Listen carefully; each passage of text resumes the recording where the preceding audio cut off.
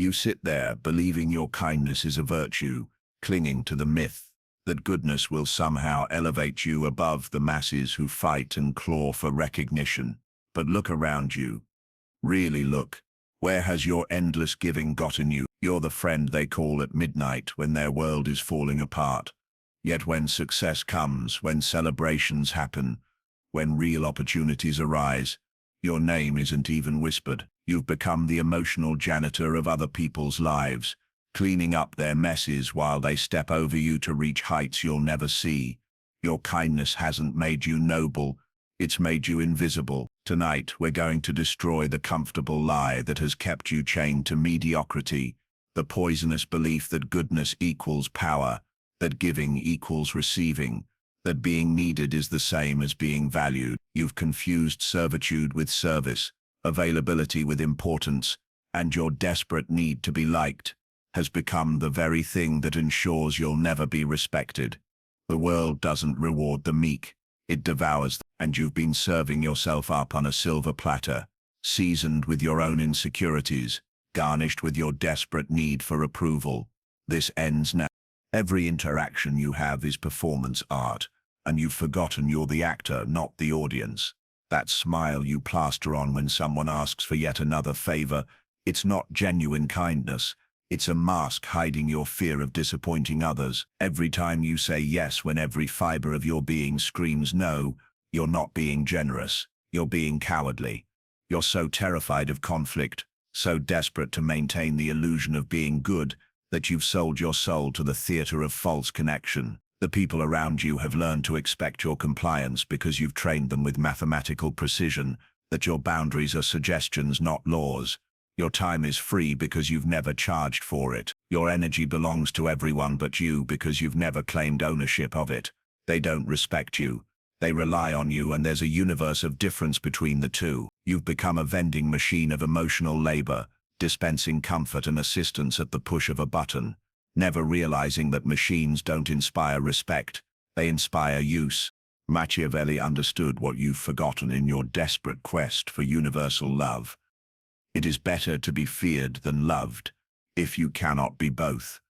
This isn't a call to cruelty, it's recognition of the mathematical reality of human psychology. When you're predictably kind, when your reactions can be calculated in advance, when your compliance is guaranteed, you become furniture in other people's lives, useful, reliable, and utterly forgettable. But when you become strategically absent, when your approval becomes uncertain, when your presence is no longer a given, you transform from furniture into force. The prince knew that power isn't taken by the loud and aggressive. It's given by those who perceive you as someone who doesn't need them, someone who exists beyond their validation, someone whose world doesn't revolve around their opinion of you. Your desperation for love has made you weak, but that same desperation, when redirected toward self-respect, becomes the foundation of true influence. People don't value what they can easily obtain, and you've made yourself the emotional equivalent of air, necessary, but taken completely for granted. When you withdraw that constant availability, when you make your attention scarce, when you force others to earn what they've been taking freely, you're not being mean, you're being real. Silence is not the absence of communication. It's the most sophisticated form of it.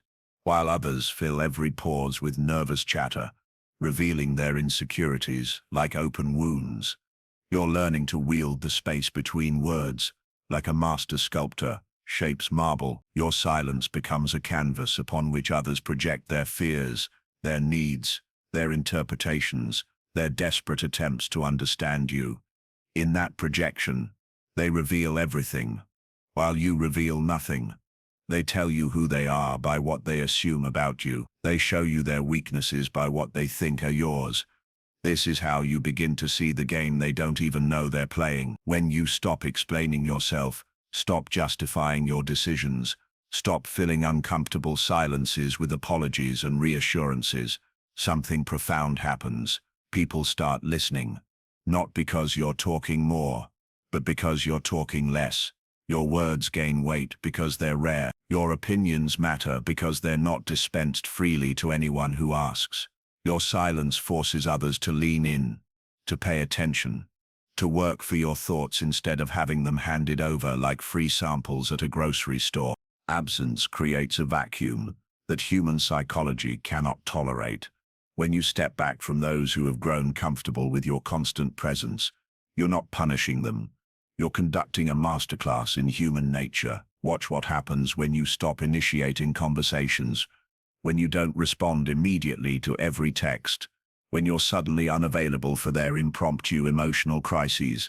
They will reach out, not out of love, but out of confusion, and they will wonder where you've gone. Not because they miss you, but because they've lost access to their emotional support system.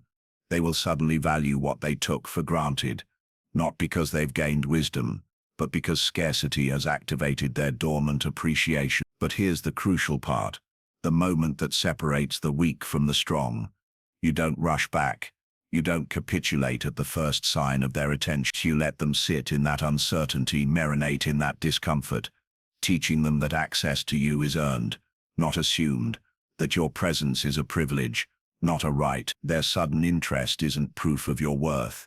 It's proof of their selfishness finally being forced to confront its own emptiness. That version of you that says yes to everything, that apologizes for existing, that shrinks to make others comfortable in their mediocrity. It's time for that self to die. This isn't about becoming cruel or cold. It's about becoming real, authentic, true to the person you were before the world taught you that your value came from other people's comfort. You're shedding the false skin of perpetual agreeability and stepping into the uncomfortable truth of your own sovereignty. People will resist this transformation because your compliance was convenient for them. Your predictability made their lives easier.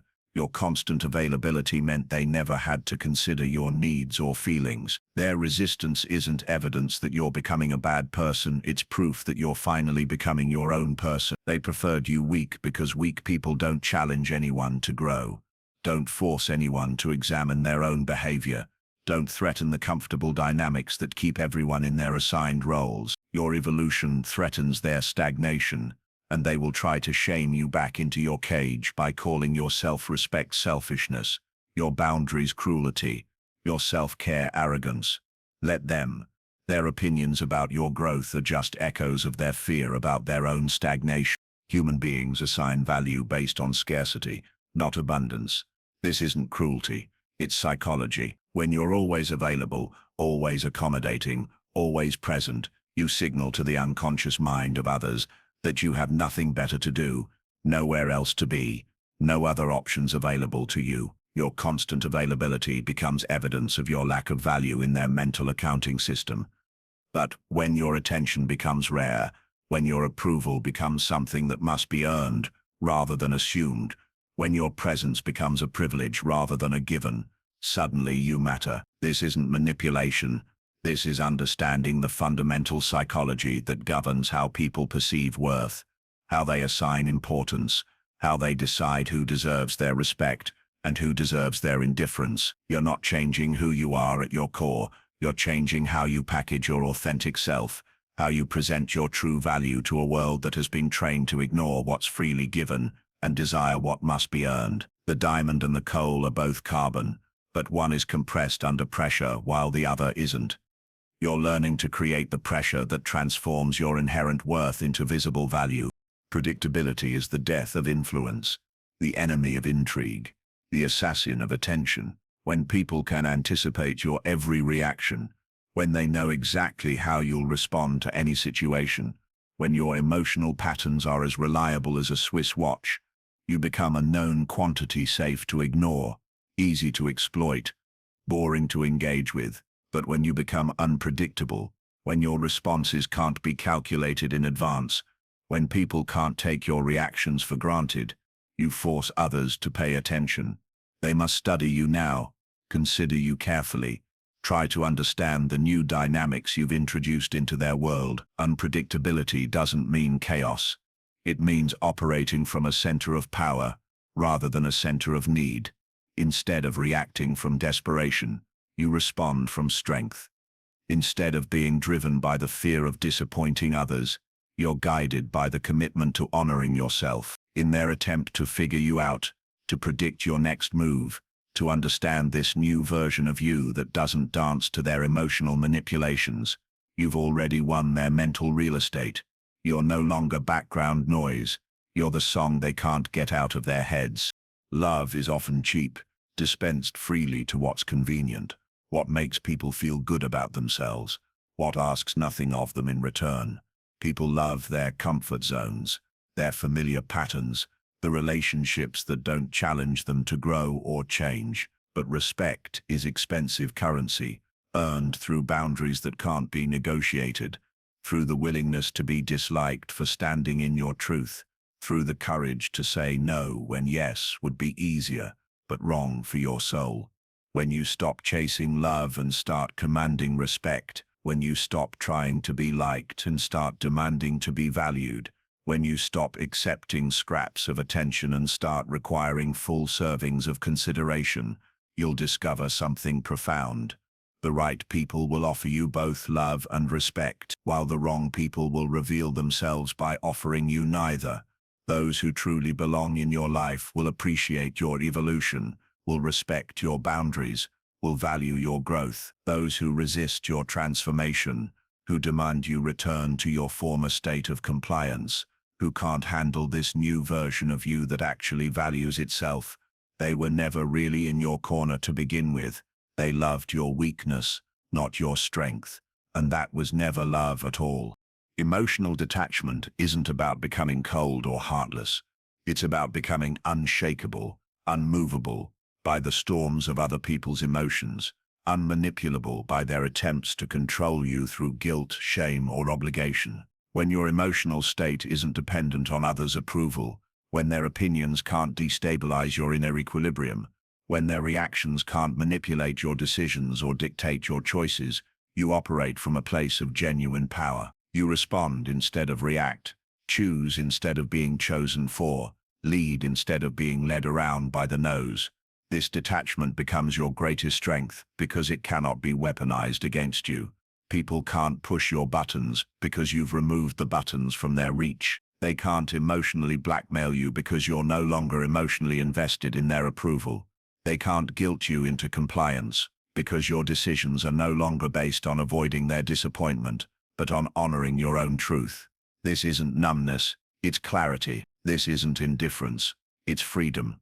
You still feel, but you feel from a place of choice rather than compulsion, from a position of strength rather than weakness, from a center of self-respect rather than desperate need. You're no longer the person who needs others to complete you, who seeks external validation to feel whole, who apologizes for taking up space in this world that belongs as much to you as to anyone else. You become someone who operates from inner fullness rather than inner emptiness, from self-possession rather than self-doubt, from sovereignty rather than servitude. When you speak now, people listen not because you demand attention, but because you've cultivated something rare in this world of desperate attention seekers, authentic self-possession. Your presence carries weight because it's backed by the quiet confidence of someone who knows their own worth and doesn't need others to confirm it, validate it, or approve of it. This isn't arrogance masquerading as confidence. This is the real thing, the genuine article, the kind of unshakable self-respect that can't be faked or manufactured. You've stopped performing yourself for others and started being yourself for you. You've stopped seeking approval and started giving it to yourself.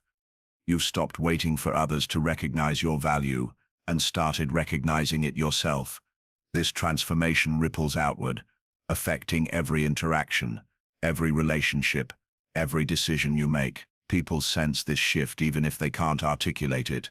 They respond to this new energy, this new presence, this person who clearly values themselves and expects others to do the same. You've become magnetic not through neediness but through wholeness, attractive not through desperation but through self-possession, powerful not through dominance but through sovereignty. This is who you were always meant to be before the world convinced you that your worth came from other people's opinions. Welcome home.